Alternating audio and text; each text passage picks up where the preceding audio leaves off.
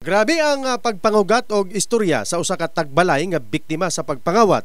Kay wala kini nagdahom nga iyang silingan lang ang responsable sa pagkuha og cellphone og tablet sa sulod sa ilang balay nga nagkakantidad og kapin 70,000 pesos. Wala ko kabalo nga nakawatan mi kay ulan-ulan man to. So dili siguro siya kamatngon nga may kawatan nga nasulod. So mga quarter to 12 yata or quarter to 2 niadto sa akong gitrabawan. Tapos mi wala akong cellphone.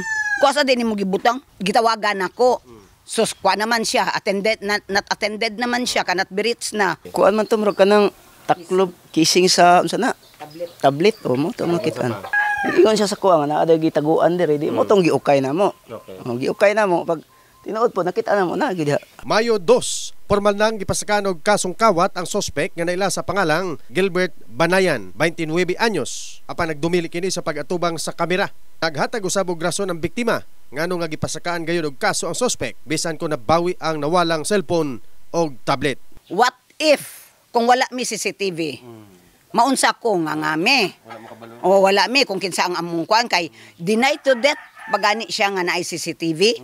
How much more nga wala ang CCTV nga mao'y mag-testify. Samtang nagpasalamat ang labaw sa San Isidro Police Station nga si Police Captain Kidilya kay adunay CCTV camera ang tagbalay. So naay reklamo dire niadto sa tong station no nga nawala kini ang ilang cellphone o tablet.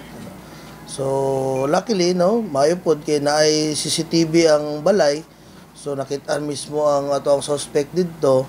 So pag ato nato sa area, maayo pod kay naara pod didto ang suspect ilang silingan.